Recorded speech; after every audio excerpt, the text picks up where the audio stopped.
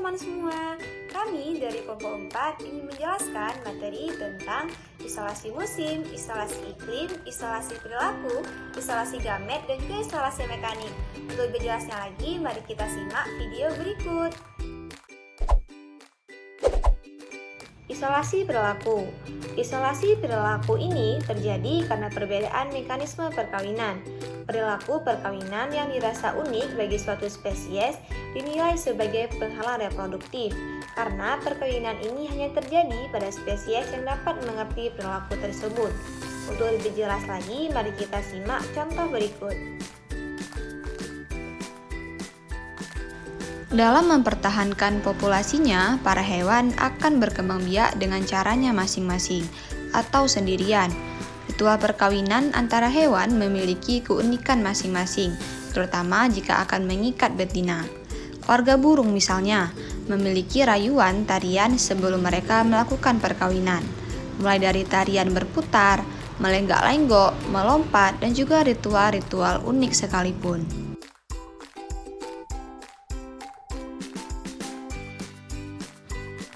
Seperti merak misalnya, warna indah yang dimiliki oleh merak, khususnya merak jantan, bukan tanpa sebab. Mereka bisa mengikat calon pasangan dengan memainkan bulu-bulu indah yang dimilikinya. Tidak hanya ditunjukkan, merak jantan akan menggoyangkan bulu-bulu ini agar makin mengikat betina. Pemenangnya tentu saja burung merak yang memiliki bulu indah yang akan membuat betinanya luluh.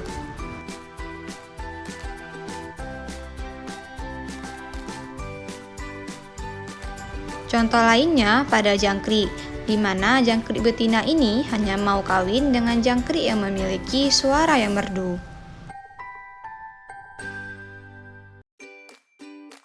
Jadi, hanya spesies tertentu yang mengerti perilaku tersebut dan yang mau kawin dengan spesies tersebut. Isolasi perilaku sangat bergantung pada produksi dan juga penerimaan stimulus oleh pasangan dari dua jenis kelamin yang berbeda. Selanjutnya ada isolasi mekanik. Isolasi mekanik yaitu isolasi yang menyangkut struktur tubuh dan perbedaan pada sel kelamin yang menyebabkan tidak terjadinya reproduksi.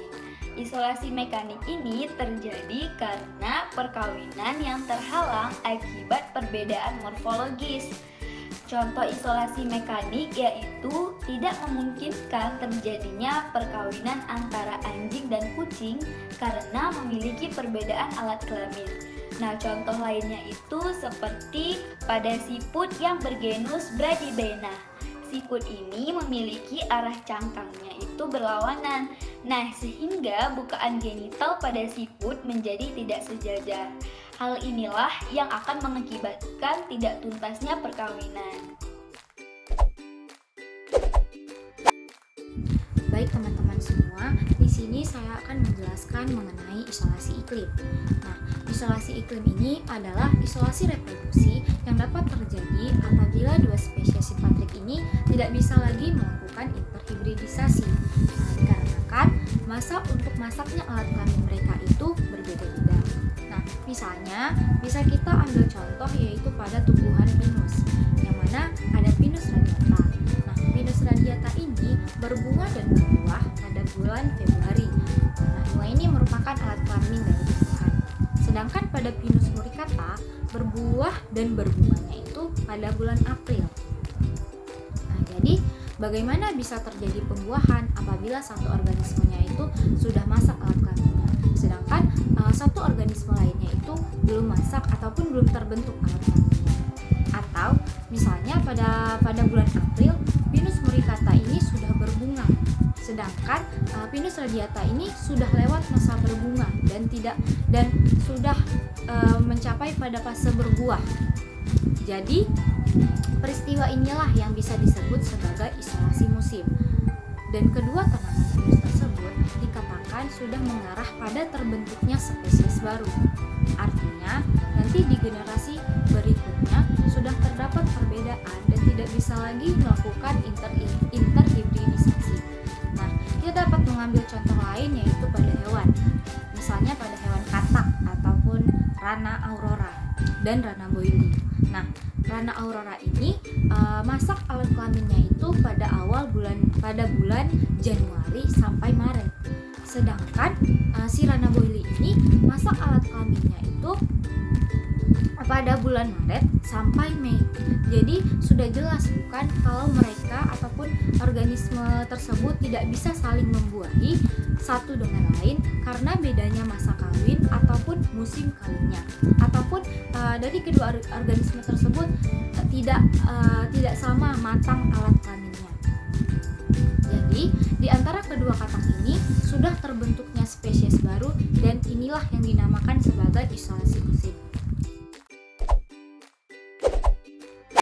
Teman-teman, di sini saya akan menjelaskan tentang isolasi musim. Isolasi musim adalah masa kawin atau kematangan gamet yang berbeda. Jadi, misalkan hewan yang memiliki nama jenis yang sama, tetapi masa kematangannya yang satu di pagi hari dan yang satunya lagi di sore hari, tidak akan mengalami perkawinan. Isolasi ini disebabkan karena masa kawin atau kematangan gamet yang berbeda. Isolasi ini terjadi karena dua subspesies disilangkan secara buatan untuk menghasilkan hibrid, tetapi di alam keduanya menghasilkan gamet-gamet pada waktu yang berbeda dalam 1 tahun. Akibatnya, walaupun berada di wilayah yang sama, anggota spesies tersebut tidak akan melakukan reproduksi. Contohnya itu pada Pinus radiata dan Pinus muricata. Keduanya terdapat di beberapa tempat di California dan tergolong simpatrik. Kedua jenis Pinus tersebut dapat disilangkan, tetapi perkawinan silang ini boleh dikatakan tidak pernah terjadi di alam.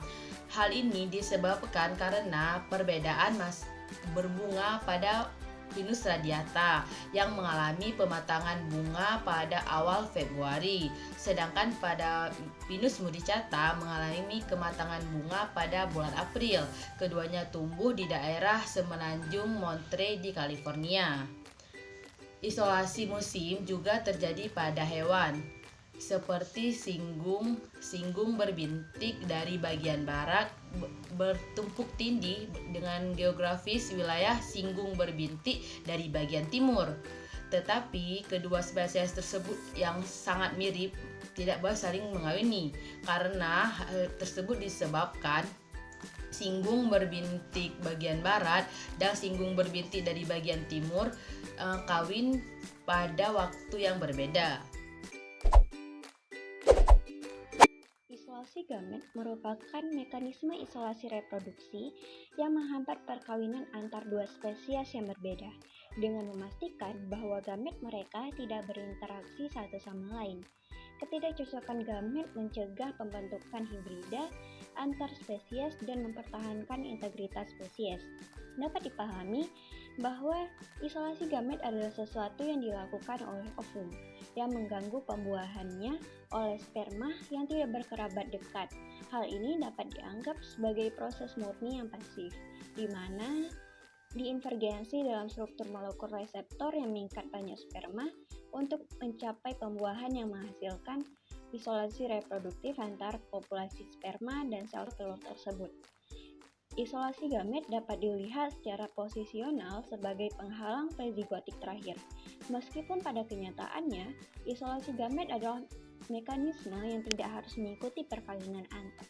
Dalam arti bahwa perkawinan yang biasanya dibayangkan, sebaliknya isolasi gamet penting terutama dalam keadaan di mana potensi gamet dari spesies yang berbeda untuk berinteraksi sangat sulit untuk dicegah. Hal ini dapat terjadi misalnya saat pelepasan sperma oleh organisme air ke lingkungan umum daripada langsung di sekitar telur yang tidak dibuahi, seperti yang terlihat pada invertebrata dan juga alga multiseluler. Lumut dan pakis juga melepaskan sperma mereka ke lingkungan umum. Setidaknya secara ekuivalen, tanaman berbiji sangat sering dan dapat memiliki bunga yang ditaburi dengan berbagai cara oleh serbuk sari dari spesies yang berbeda. Memerlukan cara untuk menghindari pembuahan oleh serbuk sari dari spesies yang berbeda. Poin yang lebih luas adalah Ternyata penting bagi sejumlah spesies untuk menghindari pemborosan telur untuk hibridisasi yang tidak diinginkan dan juga untuk membantu mengarahkan sperma yang diinginkan ke telur yang tepat. Sebagai akibatnya, ada insentif untuk evolusi antara telur dan sperma dari spesies yang sama, sehingga pembuahan yang diinginkan lebih mungkin terjadi dan pembuahan yang tidak diinginkan lebih kecil kemungkinannya. Dengan kedua mekanisme kontribusi pada isolasi gamet. Sekian pemaparan dari kelompok kami tentang isolasi tersebut.